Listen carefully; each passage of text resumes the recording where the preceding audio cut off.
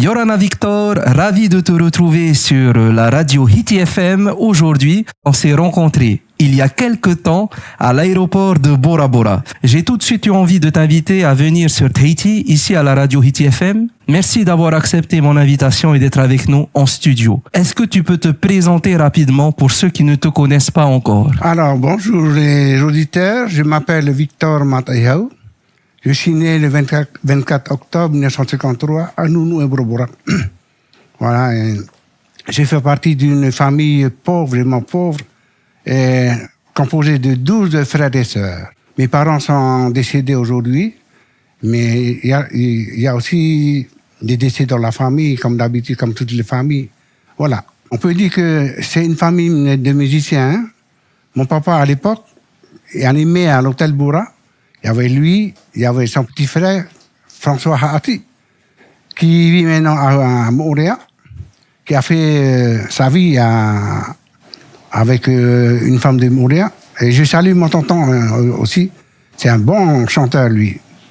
On le qualifiait de Elvis de Bora Bora à l'époque. Hein. Il avait tellement une belle voix.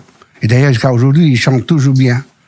Et c'est eux, avec un autre musicien, ils répétaient souvent. Le samedi, surtout le dimanche, il répétait souvent à la maison chez nous. Et c'est comme ça que la guitare m'a attiré. Je regardais mon papa jouer et je retenais comment il jouait. Et à la fin de leur répétition, quand ils s'en allaient, à ce moment-là, je prenais la guitare, je m'enfermais tout seul dans ma chambre, ni vu ni entendu, quoi. Et tout ça, j'essayais de gratouiller la guitare de cette manière-là. Et j'essayais de reprendre en quelque sorte ce que mon papa faisait avec la guitare. Et petit à petit, j'ai commencé à m'améliorer. J'avais à l'époque 5 ans. Hein. Donc c'est petit quoi. Hein. Et petit à petit, on a gratouillé la guitare de cette manière-là. Après, les Barefoot ont sorti leurs cassettes. À l'époque, c'était des cassettes amovibles, hein. En ruban, hein. C'était à l'époque. Et quand les Barefoot ont commencé à vendre leurs produits, c'est comme ça que Petiot m'a attiré. C'est comme ça que à l'oreille, hein, j'ai essayé de copier la façon de jouer de Petiot. Ok. Voilà. Donc on peut dire que Petiot est devenu mon mentor, mais invisible, hein, un mentor qui m'a jamais vu, et moi je l'ai jamais rencontré personnellement, mais je l'ai dit, lui c'est mon mentor. Hein. C'est comme si c'est lui qui m'a appris à jouer la guitare aujourd'hui. Comment as-tu commencé à écrire et composer de la musique? Est-ce que tu as eu à un moment donné un déclic particulier? Parce que quand j'ai commencé la musique, je connaissais pas l'écriture de la musique, hein, même pas lire le solfège. Hein. Alors, à cette époque, je pouvais pas composer parce que la musique était un peu éloignée. Hein. Donc, j'ai commencé réellement à écrire la chanson quand j'ai commencé à rentrer dans le milieu religieux. Donc, à partir de 1981, j'ai commencé à rentrer dans le milieu religieux à Ouéné, pas à Bora. Hein.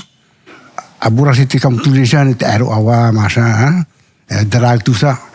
Mais depuis que je suis à Ouéné, j'ai rencontré Dieu là-bas à Ouéné. Et j'ai commencé à apprendre d'abord le solfège avec le tawana de Ouéné de l'époque, qui s'appelait Vanette Maouria. Et lui, c'est un champion de solfège. Et c'est lui qui m'a appris le solfège, à lire la musique et à écrire la musique. Et c'est après la connaissance du solfège que j'ai commencé à écrire la musique, à composer. Enfin, je ne dis pas composer avec inspiration. Franchement, je dois vous avouer que j'ai pas d'inspiration quand je compose. J'utilise le solfège. Enfin, j'écris les notes sur le solfège. Après, je mets les paparodas en dessous, hein, en dessous les notes. C'est comme ça que je fais mes chansons. Et aujourd'hui, comme mes yeux sont malades, hein, il faut que j'aille me soigner d'ailleurs, je ne compose plus. Depuis 2008, mes yeux sont malades. Donc, depuis 2008, je ne compose plus.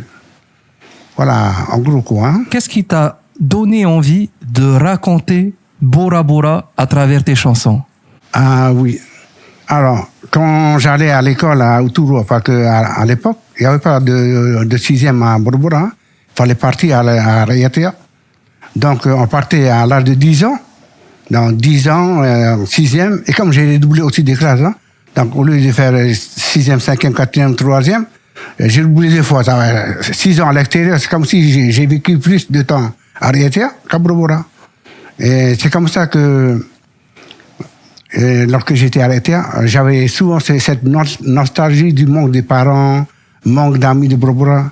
C'est ça qui m'a attiré vers Bora. J'avais cette nostalgie de mon Fénois. C'est ça qui m'a, qui m'a motivé à écrire des chansons sur mon île. Et ça se sent à travers mes chansons que j'avais cette nostalgie pour mon île. J'avais cette, comment on peut dire ça en français, cette, on peut dire, cette motivation de vouloir glorifier son île. Tu as plusieurs chansons qui parlent de Bora Bora, dont Veitape Inunue. Peux-tu nous raconter son histoire et ce qu'elle représente pour toi? Oui. Alors, cette chanson-là, c'est une chanson qui a remporté pas mal de titres. J'ai composé cette chanson en 1985. C'est pour les Heiwa et Bora Bora. Je fais partie d'un groupe de danse, du groupe de Nunue. Donc, cette année-là, j'ai fait Veitape Inunue comme Himene Popa. À Bora Bora, on n'appelle pas ça Himene Popa. Hein. Et les notes étaient déjà écrites. Hein. Comme je disais, j'ai composé le six solfèges. Hein. Les notes étaient déjà écrites. Il me manquait les paroles. Ah bon. Et un jour, mon cousin m'invite à aller faire la randonnée sur les montagnes de Bora Bora. Quand tu vois la Bora Bora de La Passe, il y a deux pointes dans la montagne. Il y a une pointe là et l'autre pointe à droite. La pointe à gauche s'appelle le mont Houé. Et celle de droite s'appelle le mont Paia.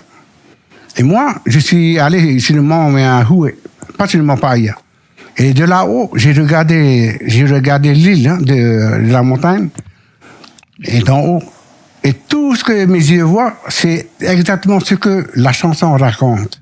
La chanson Veitape Inunue raconte. Et en revenant de cette randonnée, j'ai repris la mélodie hein, qui existait déjà, et petit à petit, j'ai mis les mots qu'il fallait en dessous, en corrigeant certaines erreurs, quoi. Et c'est comme ça que Veitape Inunue est né. Voilà, en quelque sorte. Hein. Et il faut vous rappeler, je viens de vous dire, j'ai pas d'inspiration. Hein. J'utilise la connaissance du solfège pour écrire mes chansons. J'ai pas d'inspiration comme Bobima, comme certains compositeurs comme ma fille, elle est inspirée, elle. Mais moi, j'ai aucune inspiration. Il faut dire la vérité, hein. Je dis la vérité, voilà. Quels sont les senteurs, les paysages de ton île Bora Bora qui t'inspirent le plus quand tu écris? C'est bien sûr mon tonton François Hati, et ma cousine principalement. Quand je l'ai vu chanter pour la première fois à Aroué, elle m'a accueilli quand j'étais venu faire mes études ici à Tahiti. Et c'est elle qui m'a accueilli. Elle a chanté comme ça, en faisant son ménage. Ça m'a attiré, ça m'a attiré. J'ai dit, cousine, j'adore ta voix. Ah bon? Et c'est comme ça qu'elle s'est mise à bien chanter. Et petit à petit, elle s'est améliorée. Et un jour comme ça, avec ses camarades de travail, Frania, elle a chanté comme ça. Et petit à petit, on l'a remarqué. Coco l'a remarqué, de Temaïwa. Bon, après, je ne connais pas le reste, parce que elle a vécu son histoire de cette manière-là. Mais il y a aussi une tante à moi, la dernière sœur de mes parents, de mon papa, la dernière sœur, qui s'appelle Ingrid Hati. Elle, quand on était petits, elle nous prenait pour venir chanter au bord de la mer. Et elle nous faisait chanter, j'avais à peu près 10 ans à peu près quoi. Et tous les cousins, cousines, on était ensemble avec notre tati qui jouait la guitare et nous faisait chanter.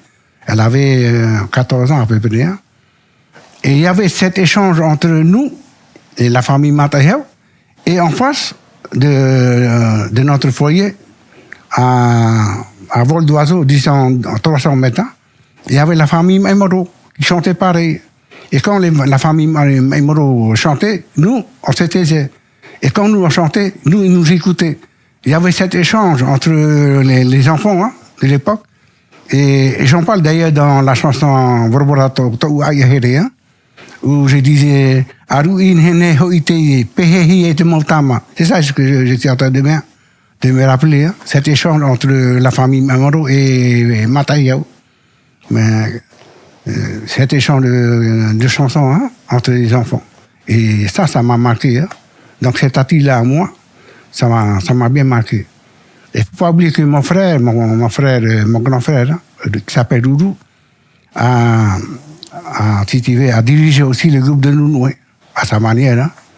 Mais quand il a dirigé, j'étais pas à Bora, j'étais ailleurs, quoi. Pour toi, quel rôle joue la musique dans la transmission de l'histoire et de l'identité de Bora Bora? Bon, j'admets qu'aujourd'hui, les jeunes préfèrent la façon de jouer à quoi, hein. Moi, j'ai pas d'a priori sur ça. Je respecte leur idéologie. Et si tu veux, c'est quand même on peut qualifier de progrès, hein, musical dans ce sens-là. Bon, étant donné vieillot, quoi, hein, mais j'ai un peu la nostalgie des anciens morceaux, quoi. Hein. Mais sinon, c'est une bonne communication pour parler des histoires de notre culture, hein, à travers la musique. C'est une bonne transition, oui. Penses-tu que tes chansons aident à préserver la langue et les coutumes face à l'influence extérieure? C'est plutôt ça, hein. Mes chansons est là pour préserver la langue. Hein. Parce que je parle tout le temps. J'ai jamais écrit de chansons en français. Hein. Et toujours en rien. Voilà. Et c'est pour justement préserver cette langue-là et notre culture. Comment choisis-tu les thèmes de tes chansons? Est-ce parfois difficile de trouver l'équilibre entre message universel et tradition locale? Ah oui, c'est compliqué. Hein. C'est-à-dire, quand tu es habitué à respecter la culture, hein, et on te propose de parler de tout ce qui est universel, hein, c'est un peu difficile. Hein. Ah ouais, à moins évidemment d'avoir étudié dans l'université, enfin, ces choses-là. Et comme je suis pas allé à l'université, je suis resté un peu. Mais voilà, il y a mon problème. Bon, je parle à mon niveau, quoi. Je reste à mon niveau. Quel conseil donnerais-tu à un jeune artiste polynésien? Et de ne pas rester secret comme je l'ai été. Il faut faire savoir ton talent. Il faut démontrer au monde. Maintenant, il y a les réseaux sociaux, hein. Tu te mets devant ta caméra, tu chantes et tu diffuses sur Facebook ou enfin n'importe quel réseau, hein. Mais faut pas garder, faut pas rester secret comme je l'ai été moi. Hein. J'ai été souvent secret, ça enlève pas mal de talent de sa capacité, hein, à s'extraire du secret. Hein. Même j'ai un beau-fils qui chante, il a une belle voix, hein, et qui compose aussi. Mais lui, il est secret aussi, lui. Il préfère rester dans l'ombre. Hein. Victor, si Bora Bora était une chanson, à quoi est-ce qu'elle ressemblerait? Ah, ouais. Un souvenir d'enfance lié à la musique. Eh ben, les répétitions de mon papa, avec ses acolytes. Donne-nous un rêve que tu n'as pas encore réalisé. Eh ben, qui ne sera jamais réalisé d'ailleurs. J'ai toujours rêvé d'être à l'université. Et je ne pourrai jamais le réaliser, ce rêve-là. En conclusion, un dernier mot pour tous nos auditeurs. Pour tout le monde. Vivez heureux, dans la paix et avec Dieu. Maruru Victor pour ta présence. Maruru Tfareira. Et à très bientôt sur notre radio Hiti FM. Maruru. Vous pouvez nous réécouter sur la chaîne YouTube et la page Facebook Hiti FM Tahiti. Et merci d'être avec nous sur Hiti FM.